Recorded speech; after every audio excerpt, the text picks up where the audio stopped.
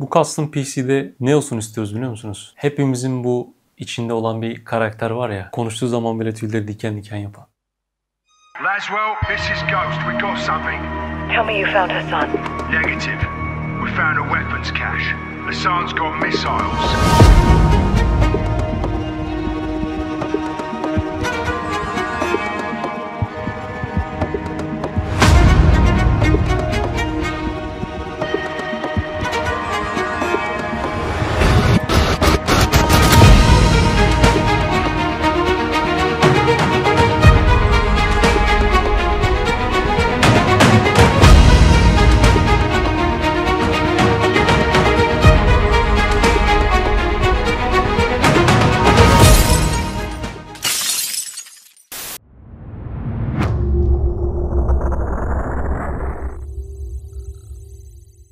İlk olarak Ghost'un çizim aşamasındayız arkadaşlar. Burada toplam 3 farklı alandan oluşacağız. Yani kafa, gövde ve alt kısım. Hayal ettiğimiz şeyi tasarlayıp ondan sonra gerçeğe dönüştürmek için, yani buna en yakın sonucu almak için çabalayacağız. Kafa ve gövdemiz en çok filament yiyecek alan. Tahminimizi söylüyorum, sanırım 35-40 kilograma yakın bir filament gidecek. Ama şu anki ön hissiyatımı söyleyeyim. Ghost'un kafa tasarımı özellikle çok güzel oldu. Bu da iç iskelet aksamımız olacak. Tüm bilgisayar parçalarını bunun üzerine koyacağız. En önemli bölümümüz ise gövde. Şimdi orta kısmı bir delik açıp, yani daha doğrusu bir dikdörtgen iç boşluk açıp orayı ızgarayla kapatmayı düşünüyoruz. Bu sayede içeriye baktığınız zaman işte işlemci fanı, RAM'ler, anakartın detayları görünsün istiyoruz. Tabi biraz da RGB aydınlatmalar olacağından dolayı sanırım biraz daha net belli olacaktır. İşin en ilginç kısmına geldim. Arka taraftayız. Ghost'un sırt kısmına ekran kartımızı yerleştireceğiz. Fikir aslında ilk olarak acaba içe mi koysak falan diye veya gövdenin orta kısmına koysak mı diye düşündük ama yok. Arka tarafta sırt çantası mantığında bir tasarım dizayn etmeye çalışıyoruz. O yüzden ekran kartının sırtı çalışması çok güzel bir detay oluşturacak diye düşünüyorum. Sonra anakarttan da riser kabloyla takribi 60+60 120 mm'lik riser kablo kullanarak ekran kartına çıkış vereceğiz. Final aşamamız ise böyle oldu dostlar. Sadece tek kafamı kurcalayan kısım 135 santim boy oldu. İç kastan 44 santim civarında. Yani neredeyse bir insan boyuna yakınız. Bir 5-10 daha çıksak İsmail'in boyuna yakalayacağız gibi. Ama sanırım burada bir revize yapmamız şart. Bu kadar büyük bir tasarım, gövde kocaman olacak. Ghost artık şeye dönmeye başladı. Hani bodyciler var ya, biraz daha böyle şöyle durmaya başladı Ghost. O yüzden sanırım ölçülerde hafif oynamalar yapsak güzel olacak. Karakterin sol ve sağ tarafında ise 2 tane boşluk var dikkat edersiniz. Buralarda delik bıraktık. Bu deliklerden ise borular çıkacak. Soft boru. Boruların içerisine ise sıvı koyacağız. Yani herhalde sanırım ya mavi koyarız ya kırmızı koyarız. Önden çıkan boru arka tarafa doğru giderek sırt çantası izlenimi oluşturacak ve ekran kartına doğru ilerleyecek. Ekran kartı zaten fikir olarak sırtta çalışacağından dolayı buraya hiç dokunmak istemiyorum. Şu anda böyle çok hoş oldu. İç kasnağımızı 44 santim demiştik. Aslında bir ATX anakart ve güç kaynağı için oldukça rahat sığdırabiliyoruz ve fazla yer kalıyor. Ama dediğim gibi kasnak üretim aşamasında buraları revize etsek daha güzel bir sonuç alacağız gibi duruyor.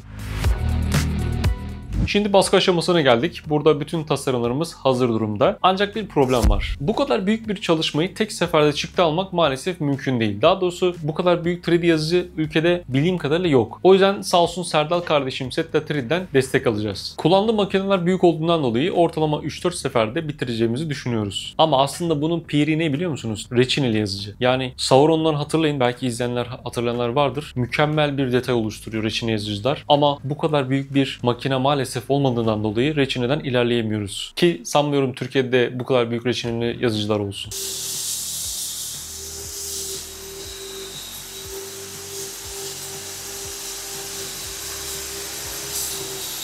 Zımpara aşaması belki de en gıcık bölüm. Hem çok uzun sürüyor hem de boyanın tutması için gerçekten iyi bir zımpara atılması gerekiyor. Ayrıca astar da şart.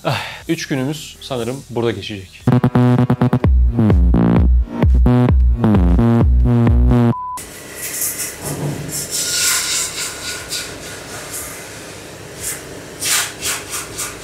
Şimdiye kadar toplam 8 parça zımpara işleminden geçti ve tamamlandı. Bu da son parçamız. Biraz daha kalırsam sanırım baygınlık geçireceğim burada. Zımparadan hemen sonra parçaları birleştirmemiz gerekiyor. Bunun için tabii ki eksikliklerinin de olup olmadığını görmek lazım. Yani birleşme noktalarına baktığınız zaman tam oturmadığında oralara macun çekeceğiz. İşte işkence, yapışkan, dondurucu sprey falan derken bütün hale getirelim bakalım ortaya ne çıkacak.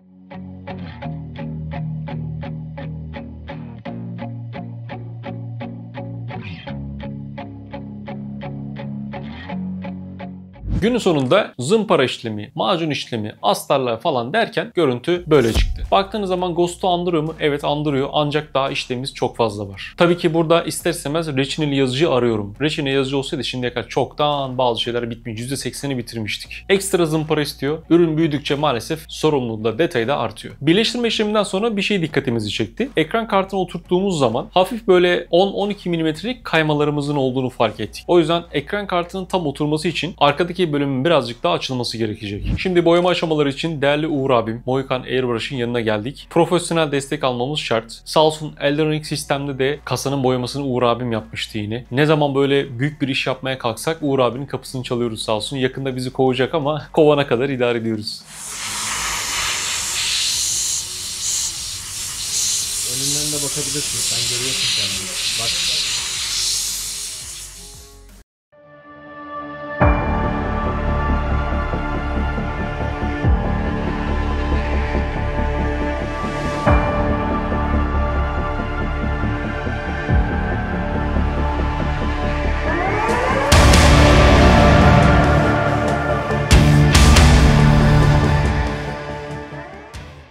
Sen şöyle bir ayak üstü. Evet abi, aynen öyle. Bunu da şu yüzeye monte edeceksin. Doğru, doğru çizim. Aynı zamanda bunun bir taşıyıcılığı olması lazım ki ayakta dursun. Aynen.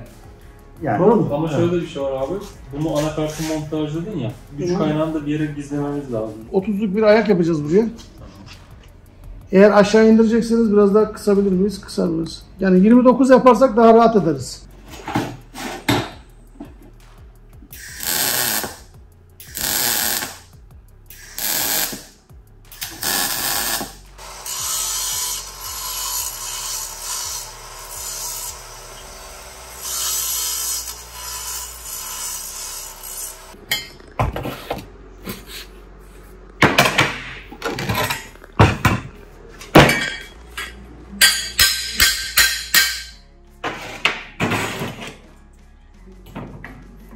Kastan mantığında da şöyle. Anakartı yerleştirdikten sonra altına yükselteçler koyacağız. Şu bölümde kalan boşluğa ise SFX güç kaynağı kullanacağız. 650 Watt. Bunun en büyük özelliği zaten mini olması. Tam aradığımız güç kaynağı aslında. Bunu da abi ya bu şekilde yerleştireceğiz. Yani siz bunu ters düşünün. Kablolar aşağı gelecek şekilde düşünün. Ben şimdi şöyle düz görünmesi için koyuyorum. Ya böyle koyacağız ya da şu şekilde koyup kabloları yan taraftan vereceğiz. İkisinin arasında bir karar artık alırız. Şimdi Ghost'un denemelerini yaparken birkaç şeyden bahsetmek istiyorum. Kafa kısmımız çok tatlı oldu. Şöyle yerleştirelim, bir tam görmeye çalışalım.